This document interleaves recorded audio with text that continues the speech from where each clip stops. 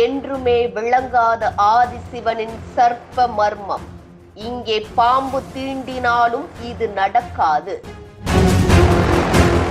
ஐயர்மலை ரத்னகிரீஸ்வரர் கோயில் கரூர் மாவட்டத்தில் குளித்தலைக்கு அருகில் அமைந்திருக்கிறது. இந்த மலையின் அடிவாரத்தில் அமைந்திருக்கும் கருப்பண்ணசாமி கோயிலில் ஏதேனும் வேண்டுதல்கள் வேண்டிக் கொண்டு ஒரு பூட்டு வாங்கி போட்டுவிட்டு அதனுடைய சாவியினை பக்கத்தில் உள்ள குளத்தில் போட்டால் நினைத்தது நடக்கும் என்று கூறுகின்றனர்.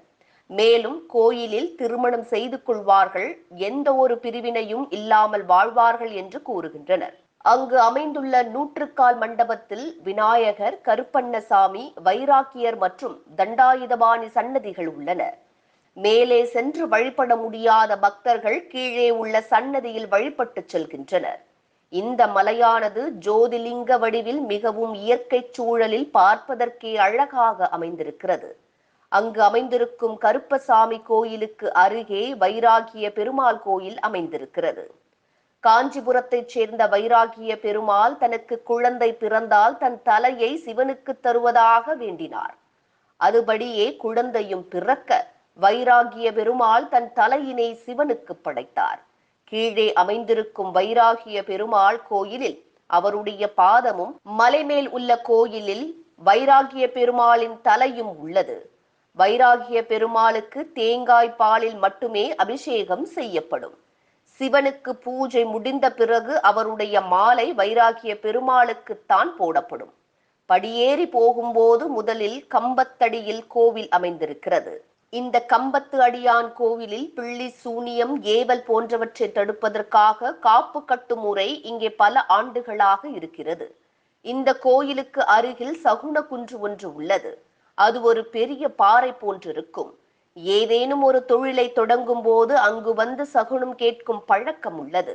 மேலும் இங்கே காலை சூரிய உதயத்திற்கு முன்பு, பின்பு, ஆலோசருடைய மறைவிற்கு பின்பும் சகுனம் கேட்பார்கள். இந்த மலையில் பல அதிசயங்களும் உள்ளது. இந்த மலையில் உள்ள பாம்புகள் கடித்தால் விஷங்கள் எதுவும் இருக்காது என்று கூறுகின்றனர். இந்த மலைக்கு காகம் பராமலை என்றும் பெயரும் உண்டு. ஏனெனில் ஆயர் ஒருவர் அபிஷேகத்திற்காக கொண்டு வந்த தாளை காகம் ஒன்று தட்டிவிட அந்த காகம் எரிந்துவிட்டது. அதன் பின் இந்த மலையின் மேலே எந்த காகங்களும் பறப்பதில்லை என்று கூறுகின்றனர். தங்கள் குலதெய்வம் என்னவென்று தெரியாதவர்கள் கூட இங்கு அமைந்திருக்கும் ரத்னகிரீஸ்வரரை தங்கள் குலதெய்வமாக வழிபட்டு வருகின்றனர். இங்கு அமைந்திருக்கும் இறைவனை வழிபட்டால் திருமணத்தடை நீங்கி திருமணம் நடக்கும்.